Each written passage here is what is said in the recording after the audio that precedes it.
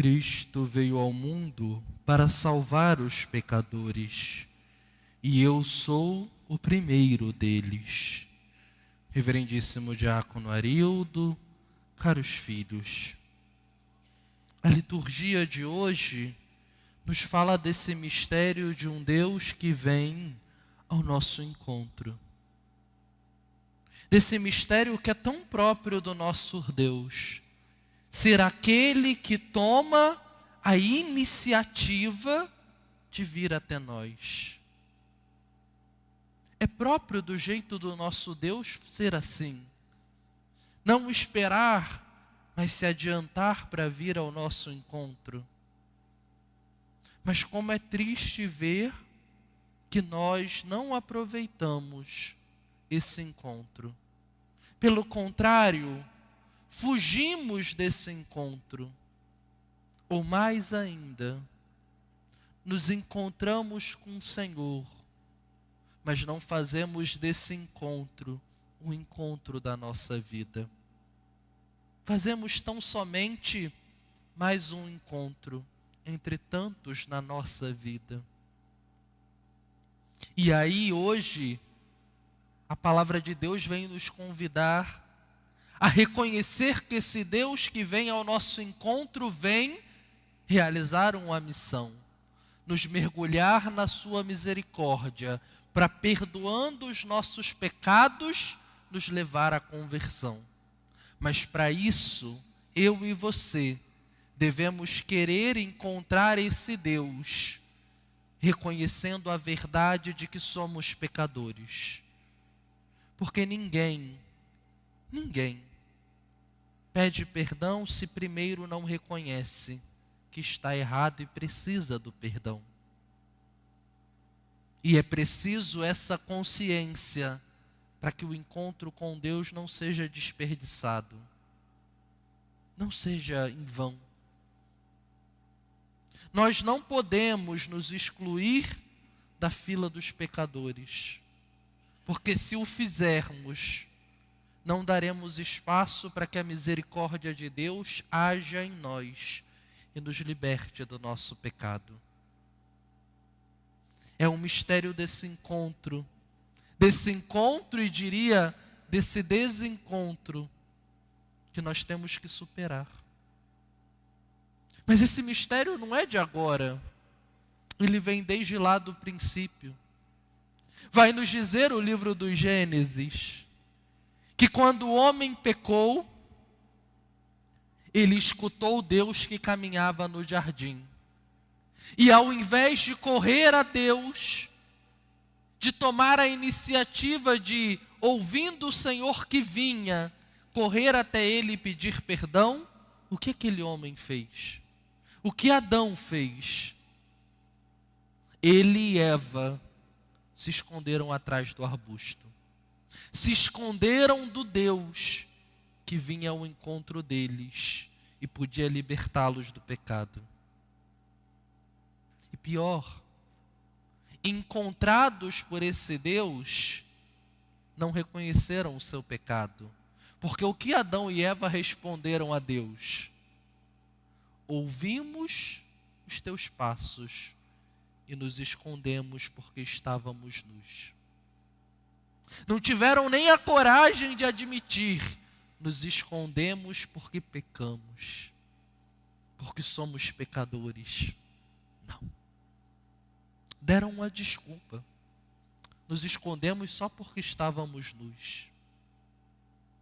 E quantos de nós, no encontro com Deus, não temos um encontro que transforma a vida, porque não reconhecemos a verdade de que somos pecadores? Não reconhecemos. E vamos nos escondendo através do escudo dos bonzinhos. Mas padre, eu sou uma pessoa boa. Eu não faço mal para ninguém. Eu ajudo todo mundo. Sou uma pessoa tão boa. E eu não estou negando que você seja razoavelmente bom. Mas quem disse que uma pessoa boa não peca? Os padres da igreja nos ensinam: o justo peca 7 vezes ao dia. Se o justo, que é santo, peca 7 vezes ao dia, quem dirá a nós, meus irmãos, que não somos essa Coca-Cola toda? Se o justo que é justo peca 7 vezes ao dia, nós que não somos tudo isso, não estamos numa situação muito boa.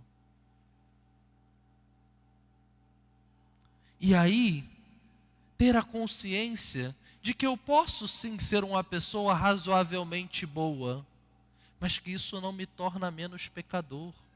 E que ser bom não basta, porque eu não sou chamado a ser bom, eu sou chamado a ser santo. Não basta que eu seja bom segundo os critérios humanos.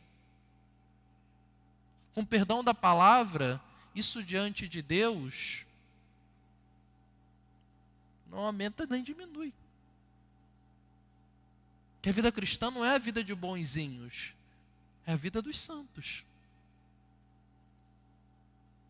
E eu tenho que entender isso. E se não bastasse isso, meus filhos, quantos de nós, apesar de sermos razoavelmente bons, volta e meia não fazemos ao outro o mal que não queremos? Ontem celebrava um casamento e na homilia eu falava aos noivos: tenham a coragem de no casamento entender que todo dia vocês precisam de amor e perdão. Cultivar o amor, dar e pedir o perdão. Porque a união do matrimônio, a união entre nós nos realiza, mas também é o espaço que mais nos fere. E quem é casado aqui faz essa experiência. Ninguém fere mais a gente do que o nosso marido ou a nossa mulher, até porque é o que convive mais conosco. Mesmo que involuntariamente nos fere. E por isso todo dia precisa pedir perdão e perdoar. Mas para além disso, quantos de nós não ferimos o outro sem perceber? E não é porque somos maus, não. É porque talvez o outro veio até mim num dia que estava precisando, mas naquele dia eu não estava bem. E por não estar bem, eu estava, com perdão da palavra, no modo cavalo batizado, exercendo a pastoral do coice ao torto e à direito. E não é porque eu sou uma pessoa ruim, é a minha fraqueza de não estar bem naquele dia. Acontece. Diminui a gravidade, mas não muda o fato de que por causa disso eu faltei a quem precisava de mim.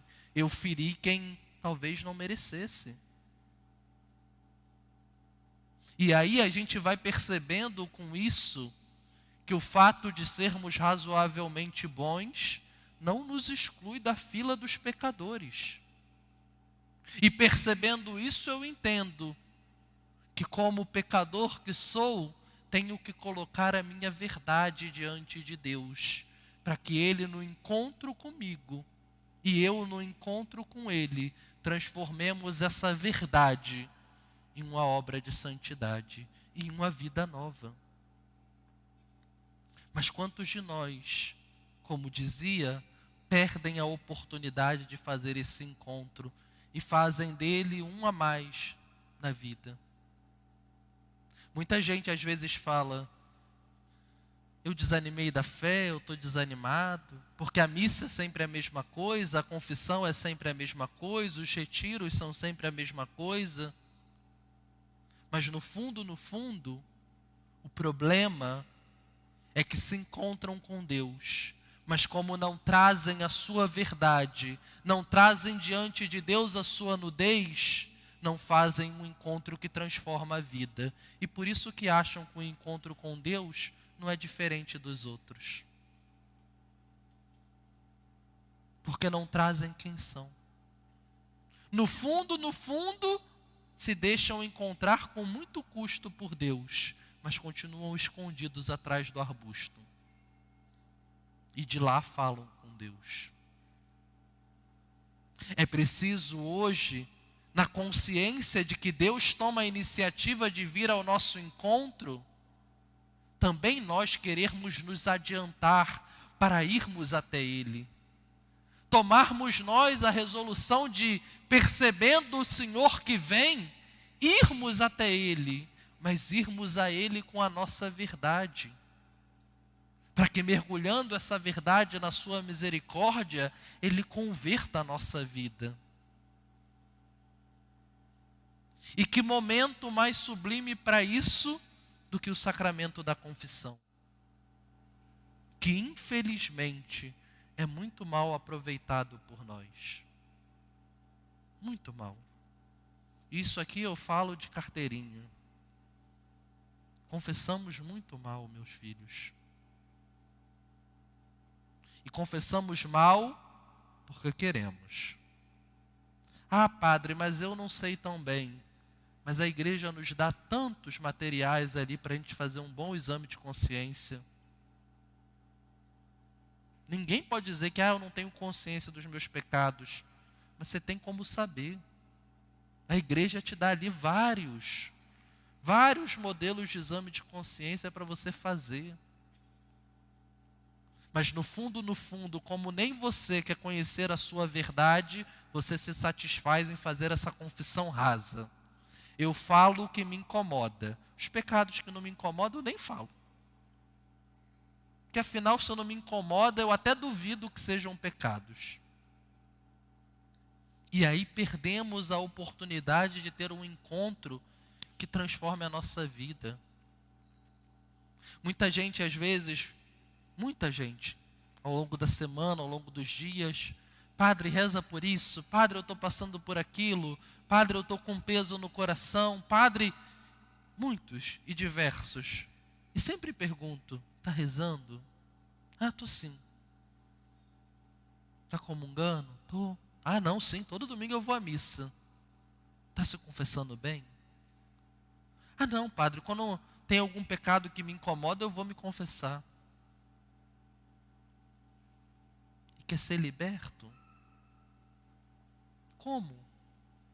Como se eu não permito que Deus vá no mais fundo do meu coração para me libertar do pecado que me pesa? Como eu rompo com isso se eu mesmo não quero tomar consciência da minha verdade? Minha gente, é triste ver. Tem gente que passa anos, 20, 30 anos sem se confessar, vem se confessar, a gente inicia a confissão. Quais são seus pecados, né? Se abra a misericórdia. Ah, faz 30 anos que eu não confesso e eu chutei uma pedra e xinguei, e meu cachorrinho morreu e eu fiquei revoltado com Deus. É só isso.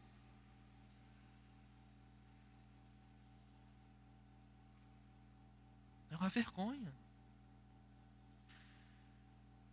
Ah, passei 3, 4 meses sem confessar, o que não tem necessidade. Não tem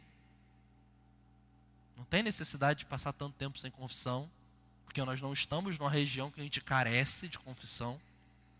Começa por aí. A gente tem confissão aqui, quarta, quinta, sexta, com horário fixo, sábado e domingo, sempre que pede, os padres atendem. Não tem necessidade. O mandamento da igreja é confessar uma vez ao ano, pensando nas pessoas que têm dificuldade, porque tem lugares até hoje que, infelizmente, o padre vai uma vez no ano.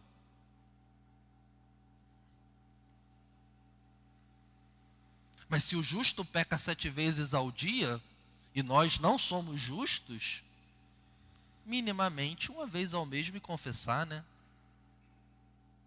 Até para que eu possa me conhecer, até para que eu conheça a minha verdade, para romper com o pecado. Porque ninguém começa num pecado grave. A gente começa acumulando pecados pequenos e quando vai ver, a vida já está desandada. E conhecendo as minhas fraquezas, dar passos na misericórdia para sair delas.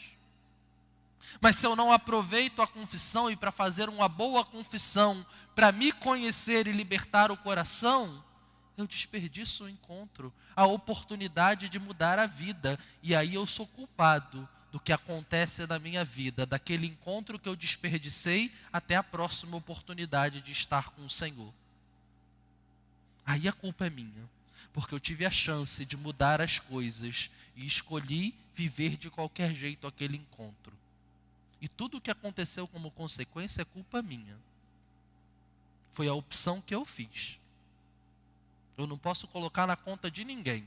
Não foi meu marido, não foi minha esposa, não foi meu filho que é difícil. Foi a opção que eu fiz. Quando na chance do encontro com Deus, ao invés de libertar o meu coração, eu me permiti fazer um encontro superficial. Um encontro qualquer. Era a chance de virar a página e eu não quis. A gente tem que perceber isso. Porque depois não adianta reclamar que a vida está pesada. Que Deus não olha por nós. Mas Ele está vindo toda hora ao nosso encontro. Mas do que adianta se eu não aproveito a oportunidade, gente? Sabe? Ter a coragem de trazer a nossa verdade para romper com isso. Romper. Se libertar para começar uma vida nova. E aí começar por uma boa confissão. Gente, eu me confesso anos. E sempre que vou confessar, procuro um modelo de exame de consciência. Hoje já próprio para mim como padre, então quando preparo a minha confissão quinzenal, porque de 15 em 15 dias tenho que me confessar, preparo ali, leio o exame. E digo a vocês, o faço não é por falsa modéstia, me conheço razoavelmente bem, mas também sei que ninguém é bom juiz em causa própria. Então eu preciso daquele instrumento para não deixar a mão leve comigo, porque senão eu não me emendo. Senão eu não me emendo. E aí volto a dizer, como estamos vivendo a nossa participação no sacramento da confissão? Estamos perdendo a oportunidade, às vezes, de fazer um encontro que mude a nossa vida. E depois não podemos reclamar de que nada muda na nossa história. Porque Deus, da parte dele, está vindo. Quer nos mergulhar na sua misericórdia. Mas se não encontra a nós com a nossa verdade, como vai mudar a nossa vida? Como vai exercer o seu amor e a sua misericórdia? Deus precisa nos encontrar.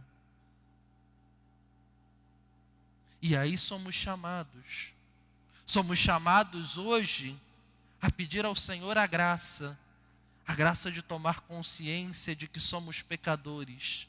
Mas não simplesmente de que somos pecadores, mas qual é o nosso pecado, para colocando a nossa verdade diante de Deus, sermos mergulhados na sua misericórdia e permitir que esse Deus comece em nós uma página nova da nossa vida. Permitir a esse Deus que toma a iniciativa de vir ao nosso encontro, mude a nossa vida. Faça um encontro que mude a nossa história. Deus nos convida hoje, meus filhos, a fazermos essa experiência. E como é preciso que nós tenhamos a coragem de fazê-la. De não ter medo de colocar a nossa verdade diante dele. E se nos falta a coragem para isso, pelo menos nos apiedemos de Deus. Não sei se, e espero que ninguém tenha passado essa situação, mas pior do que um pai e uma mãe que tem que enterrar um filho, que já é muito doloroso, estraçalhante, são os pais que têm filhos desaparecidos. Porque quando o filho morre antes dos pais, é um sofrimento muito grande. Mas o pai e a mãe sabem onde está o filho. Mas um pai e uma mãe que tem um filho desaparecido, esse vive uma tortura até o filho aparecer, vivo ou morto, ou até ele morrer. É uma tortura. A dúvida é pior do que a dor da morte. Olhar e não saber se o filho está vivo, se está morto, se está bem, se está sofrendo algum mal. É terrível. Os pais que passam ou passaram por isso, partilham conosco, né? É viver a vida procurando. Cada sombra que olha, cada beco que passa devagar e olha bem, para ver se naquela sombra não está caído o filho que procura. Cada pessoa que passa pela rua, que está ali jogada, para olhar, para ver se não encontra ali atrás o rosto do filho que deseja ver. Cada vulto que vê, procura saber o que é, na esperança de talvez ser o filho que voltou.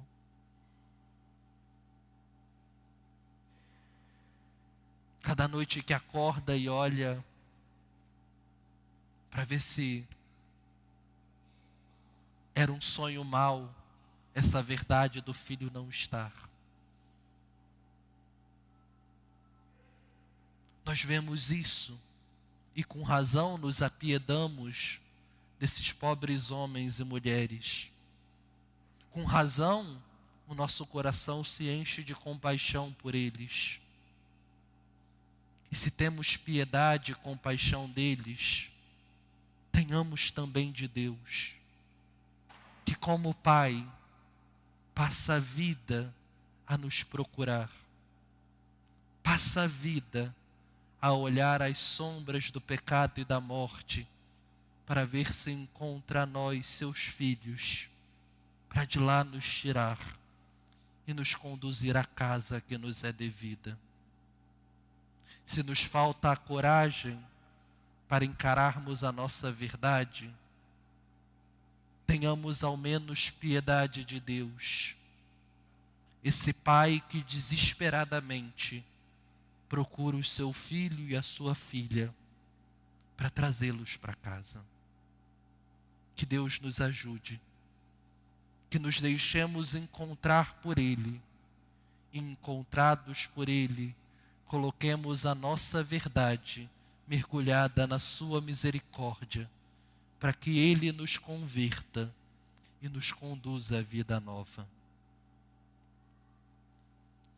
Cristo veio ao mundo para salvar os pecadores, e eu sou o primeiro deles.